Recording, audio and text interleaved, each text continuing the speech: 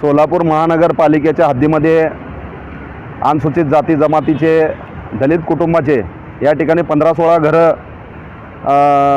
जे पाडण्यात आले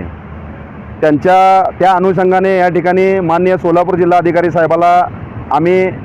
पुनर्वसनाची मागणी केली आणि शासनाचं धोरण आहे या माननीय मुख्यमंत्री देवेंद्र फडणवीस यांची घोषणा आहे की आम्ही वन जमिनी वगळता आरक्षित जमिनी वगळता जे 2011 पासून या ठिकाणी राहत असलेले जे झोपडपट्टी आहेत त्या झोपडपट्टीमध्ये आम्ही लोकांना त्या असणाऱ्या झोपडपट्टीत रहिवाशाला आम्ही मालक बनवू अशी घोषणा राज्य शासनाने परिपत्रक काढलेलं आहे। त्या अनुषंगाने आज आम्ही या ठिकाणी माननीय सोलापूर जिल्हाधिकारी यांना निवेदन दिलं आणि त्या निवेदनामध्ये आम्ही जे लोक जवळपास 30-40 वर्षापासून तिथं रहिवासी होते त्यांचा रहिवासी दाखला असेल, मतदान यादी असेल, आधार कार्ड असेल, बँक पासबुक असेल, राशन कार्ड असेल व सर्व त्या ठिकाणी असणारे अस्तित्व असणारे लोक यांची आम्ही सविस्तर माहिती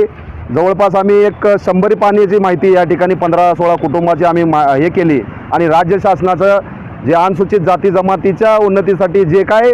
उपाययोजना आहे यांना मिळावे आणि पुनर्वसन व्हावं, यांना नुकसान भरपाई जे घरं पाडले त्याची नुकसान भरपाई आणि तात्काळ यांना राहण्याची सोय करण्यात यावी या मागणीचं पत्र आज आम्ही दिलेलं आहे। आता आम्हाला अशी आशा आहे की लवकरच आमच्या या मागणीला यश येईल आणि माननीय उपजिल्हाधिकारी यांनी आम्हाला या ठिकाणी तसं त्या पद्धतीचं आश्वासन सुद्धा दिलेलं आहे।